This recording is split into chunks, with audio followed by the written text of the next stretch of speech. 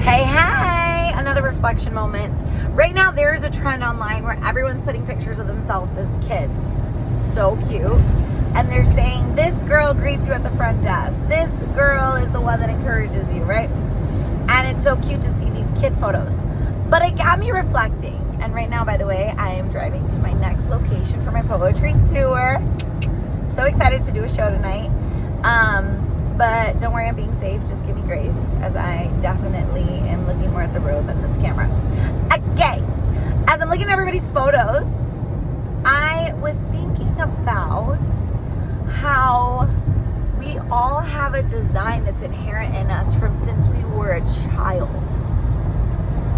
So for example, myself, there was literally a photo of me with a microphone, and I laughed so hard because that little girl looks so happy with her microphone. There is, these photos and images of me like posing and dancing and tutus and all this colorfulness. And to this day, I'm colorful like that. But it got me thinking, sometimes as an adult, we compartmentalize or stop allowing the authentic way that we've been created, the wiring of how God made us. We somehow minimize that and try to flip to something else. Let me give you an example. Let's say someone's kids' photos is they were always making cookies or always in the kitchen, or they just loved it. Everything was food related, right? And in college, they ended up taking a pastry class and they learned how to make macarons and croissants, and they love it. But when they graduated college, they decided to go ahead and take on a desk job. And so now they're sitting behind a computer, and they're burnt out and they're cranky and they have low energy and they're sad and it doesn't feel right, but they need to pay their bills. I was thinking about how, the original part of your design, which was finding a way to explore with different flavors, finding a way to use your hands to combine them, putting it in the oven, and then coming out and having this piece of art that is delicious. That part of you is now trying to be morphed into using your hands to type, not really having as much creative or exploration of flavors. Like, no wonder you're feeling tired and burnt out. You've abandoned parts of you. And I was reflecting on this because I just wonder how many adults actually have slowed down or given themselves the time to sit with what they love and what they don't love, and chosen career paths or life decisions that reflect that. And I think about this maybe because I have been on quite a journey to choose what is authentic to me, to choose what I believe is a part of my original design.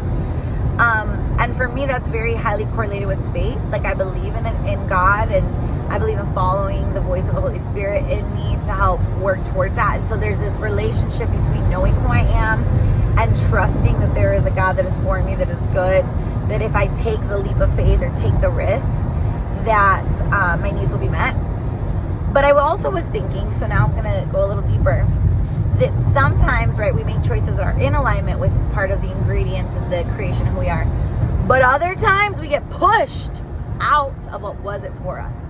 You get fired, you get let go, or you thought, oh my goodness, it makes me think of my own journey. There was a time I worked in a church setting in particular, and all of a sudden things shifted, right?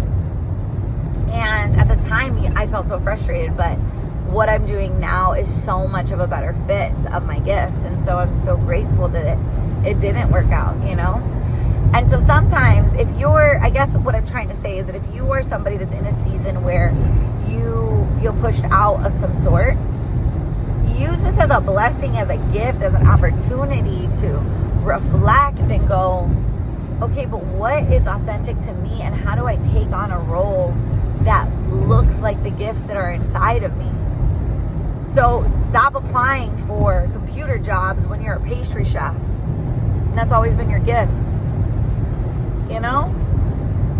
And for those that are not,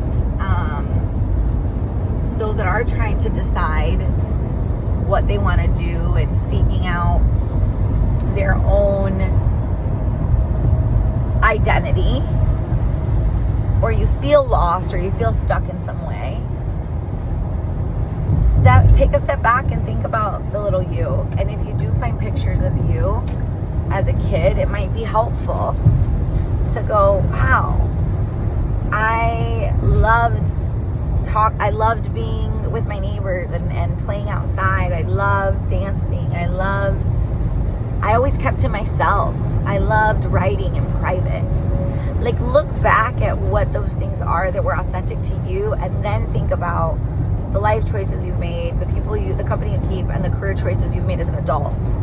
And just make sure you're actually not abandoning who you are and how you've been made, because the truth is, how you've been made is beautiful, and there are parts of you that are easy for you because that's exactly how you were made. That's exactly how God made you. That's what you're created to do. And so for me, I look back and I was always talking, dancing, standing on something, standing on a table, putting my hand on my hip. And that's funny. It's funny that it makes sense that my career path that involves speaking feels so easy to me, but also it's so life-giving because that's a part of my design. For whatever reason, I was like that since I was a little girl. And I just know what it's like to take on positions that didn't feed that part of me and what abandoning that felt like. And I just hope that my encouragement is that you live a life where you don't abandon that, where you don't abandon the young you. So those are my reflections as I've seen all these posts about all of you guys as little kids, and I love the post. Okay, I hope that makes sense. I'm gonna re-listen to this and decide if I want to post it or not. Toodles.